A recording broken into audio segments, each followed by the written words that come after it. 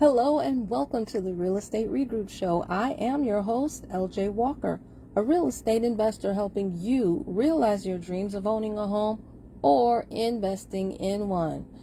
So I noticed that, especially with what's going on with our elections, talk again is coming up with people saying they're thinking about leaving the United States. Then you also have people who are interested in becoming a citizen by investing in real estate. There are a few countries where, as long as you buy property in that country, you can become a citizen of that country. You don't necessarily have to give up your U.S. citizen. You would just, obtain a second passport or be dual citizenship, right? And I believe I was looking at Nomad Capitalist. I think that's his YouTube channel. And he put a different spin on it. Now, he does not live in the United States. I believe he lives in the country of Georgia, right? And there was some insight that he shared that I was like, yes, that's true. But I wanted to just expound a little bit more on what he had to say. He was saying, you know what? Put the brakes on when it comes to buying real estate in other countries, because there's a lot of, he mentioned that there was a lot of shadiness going on. There's a lot of con artists out there that one should be wary of.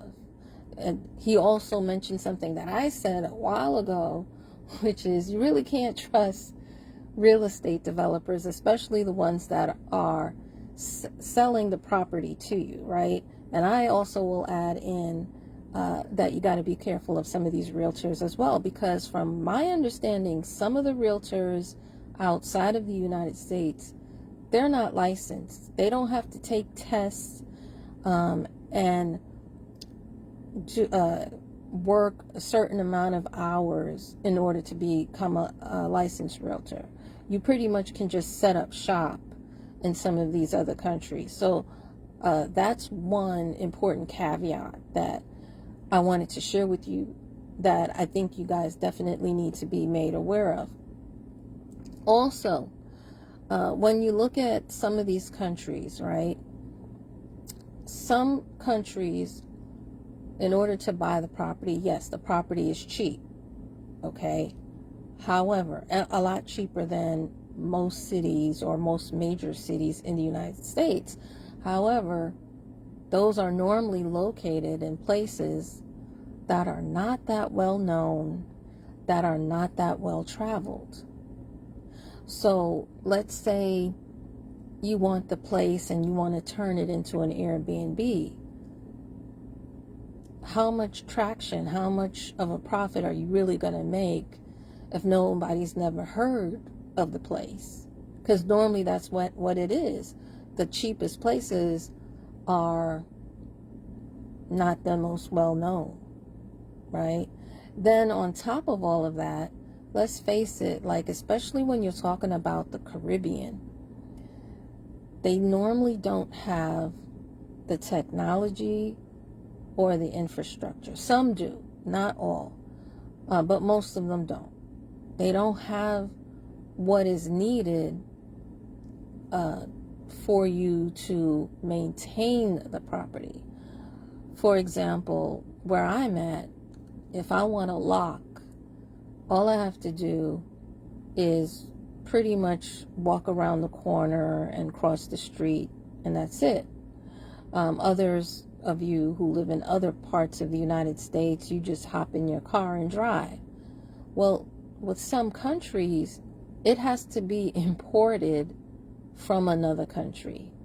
The actual lock, the actual material, the windows, whatever, it has to be imported. It's not made on that island. It's not made in that country. So you're going to have to wait days, weeks in order for that item to come in, depending on where it is that you choose to live. So this is why you got to be really careful when it comes to choosing your citizenship. All right. You got to know the laws that are out there surrounding real estate, surrounding your citizenship. It's good, of course, if you get a lawyer that's out there. And if you get a lawyer, you want to definitely know the legal fees. Now, I know in some places, a lot of more places actually, they're not always crazy about Americans moving to where they live. They feel as though we gentrify it. Okay, so you have that, and then you have certain areas where they just prefer their own people, you know. So that's one of the cultural challenges that you might have to face, especially when you don't know anybody living over there. That's why it's also good when you don't know anybody to join some of these expat groups on Facebook, and also go to some of these meetup groups, particularly when it comes to travel, right? So that you are prepared if you decide, hey, I want to invest in this place. I want to go of this place. This place over here looks interesting. All right.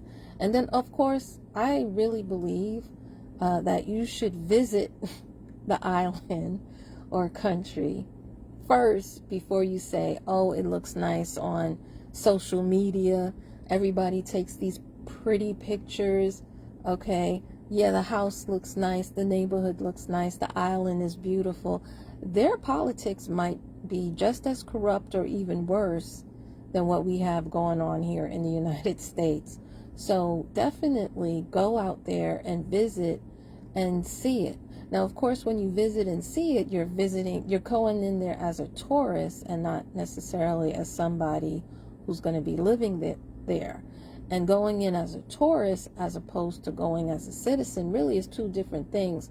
But I say still visit the place, go there as a tourist first. Okay? The next thing you want to look at, of course, is the population. The size of the population matters, right? Especially if you think you might turn it into an Airbnb, or if you want to rent out certain spaces. You want to know, how long does it take to get rented? How much rent can you actually get for the place? What's the job market out there like? Is everybody out there a digital nomad? I doubt it. Okay, can the locals afford it?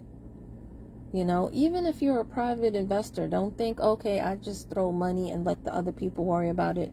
No, you need to do your due diligence as well. Even if you are not going to live there, even if you don't plan on visiting it and you just want to fund a particular project, you should also speak to as many people as necessary. Now, you might not necessarily have to consult with an immigration specialist or a translator, like someone who wants to actually physically move and live there.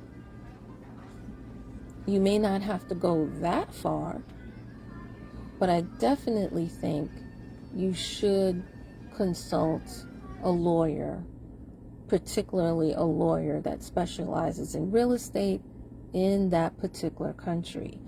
And many of us, we have the consults, not sure if I'm saying it right, but each country has an embassy in the United States of America. Go visit, go speak to them, if anything else. And sometimes they actually have, I know I went to several, and they actually have lists of lawyers that you can actually call and speak to that can help you with the transition. So please do these things first, because when all things fail, and even if they don't, you still want to have an exit strategy in mind. You want to know, what is the resale value going to be like? What tools do you need to use in order to even get that number?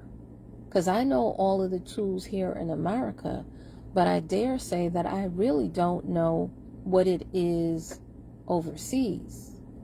I had to figure certain things out for myself, since, I was getting people who were applying to my property who were from overseas. All right. And that's another thing that blows my mind, is that so many people want to leave America, yet there's still people outside of this country, from those same countries people want to move to, who want to come into America. That's amazing to me. All right. So anyway, guys, that's all I wanted to add. That's my 2 cents.